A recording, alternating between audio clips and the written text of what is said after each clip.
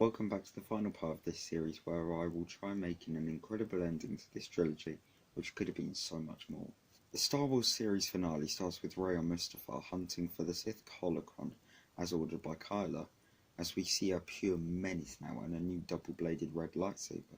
She returns to Kylo and they go to Exegol where they find Palpatine and Darth Pride, not Captain Pride, but instead he's his Inquisitor. We can also see how Palpatine's fleet of Star Destroyers and the Star Forge make him a much more powerful threat, and he briefly explains how he got it.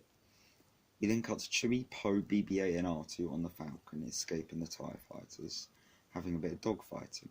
Once they get back to the base, we see Finn being trained by Luke, as he is clearly struggling with touching into the Force, but in his training sequence, he's clearly skilled with the lightsaber.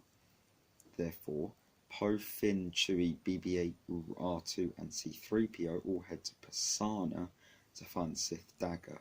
Luke can't go due to Palpatine's presence clouding his judgment, but like Yoda in the prequels, where Finn can have flashbacks to when he received his injury against Phasma, as her memory can torment him, and that's why he's struggling with his Jedi lessons.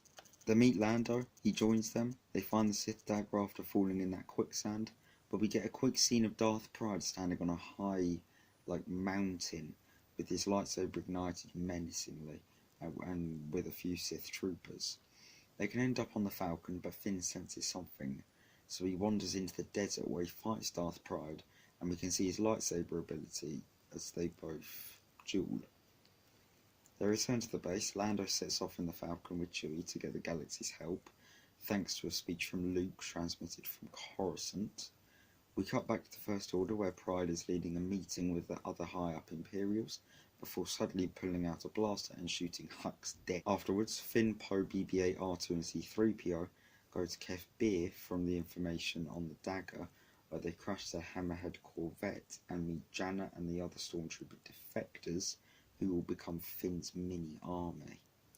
Finn will go into the remains of the Death Star, finds a Sith holocron, Rey destroys it, and they have a duel for contrasting emotions, like Finn trying to bring Rey back to the light and Rey having no remorse for whatever she'll do to Finn. Eventually, Finn force pushes Rey's ship off into the sea, but then Kylo arrives to finish Finn off. However, Poe, Janna and the mini-army save Finn and escape in the Corvette piloted by R2. Kylo then scolds Rey for failing him. They have a duel which ends in Rey seemingly force-pushing Kylo into the choppy waves, although he survives, but she escapes back to Exegol in Kylo's ship, as he realises the monster he's created. He then gets visited by Force Ghost Anakin, played by Hayden Christensen, as he becomes Ben again, and throws his lightsaber into the sea, before rescuing Rey's ship from the sea and joining the Resistance on Erdrin Kloss. When Ben returns, we can see the Resistance soldiers about to shoot him, before Luke stopped them with the Force, and him and Bear share a tearful hug. They then make a plan for their attack on Exegol, and we see the greatest battle of all Star Wars films. Poe and the other pilots attack the Star Destroyers. Meanwhile, Janna, Finn, the mini-army, the Resistance soldiers, Maz, BB-8 and C-3PO are in the Star Forge ground assault. Meanwhile, Ben and Luke go to Palpatine's lair, taking down a legion of Sith troopers together. Lando and Chewie show up with their fleet, giving them the upper hand in battle. Then Luke and Ben split up. Ben fights Darth Pride, defeating him, while Janna, Finn and their group attack the Star Forge. And during their attack, Finn literally jumps onto Poe's X-Wing, quickly lands at Palpatine's lair and joins Luke and Ben as the three Jedi reunite, all igniting their lightsabers simultaneously. Luke will then fight the original Palpatine in a fight akin to Yoda versus Palpatine from Revenge of the Sith, where they're just battling out constantly, fight, it's all you've got to do. And at the same time, Ben and Finn take on Rey, akin to Maul versus Obi-Wan and Qui-Gon. We then get to jump from scene to scene of action as we get to see Janna's lot attack the Star Forge from the inside as well, as the reinforced Resistance fleet that Lando gathered to join help take it down from the outside as they set off detonators from the inside to blow the main hull, and they narrowly escape thanks to Lando coming through with the Falcon.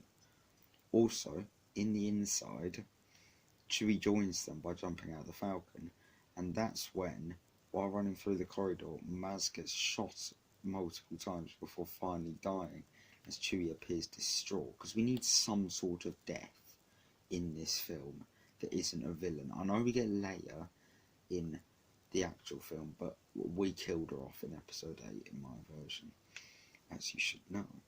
During Ben and Finn's duel against Rey, Ben gets killed, and it's eventually Finn's love for Rey that brings her back to the light. However, she doesn't trust herself enough, and instead of going back to the base, she goes to Acto, never to be seen again. When Luke sees Palpatine, we have a slow build-up to the duel, where Palpatine reveals that Rey is his creation, and he's been feeding dark side energy into her for this whole time. Just typical Palpatine taunting Luke. They then have an epic duel, insane force powers we've never seen before, and just the two greatest force users of their time battling out to decide the fate of the galaxy. Luke also uses his green lightsaber for most of the battle, before pulling out the Skywalker lightsaber as the fight continues. The duel can then end with a large blast like Palpatine vs Yoda, where we see Luke fall down the chasm and Palpatine disappears, and seemingly also dies in the blast. Luke's green lightsaber falls down the chasm with him, while the Skywalker blade lands near the chasm but doesn't fall down it. After that, we return to the Resistance base where they're all celebrating, but as I said, Rey doesn't arrive. She instead goes to Acto, where she throws her Sith lightsaber into the ocean like Kylo did on Kef Bir. Finally, the film will cut back to Exegol, where Palpatine is indeed alive, as he sits on his Sith throne, force pulling the Skywalker lightsaber towards him, crushing it and cackling, as he reigns, to little of their knowledge, victorious over the galaxy.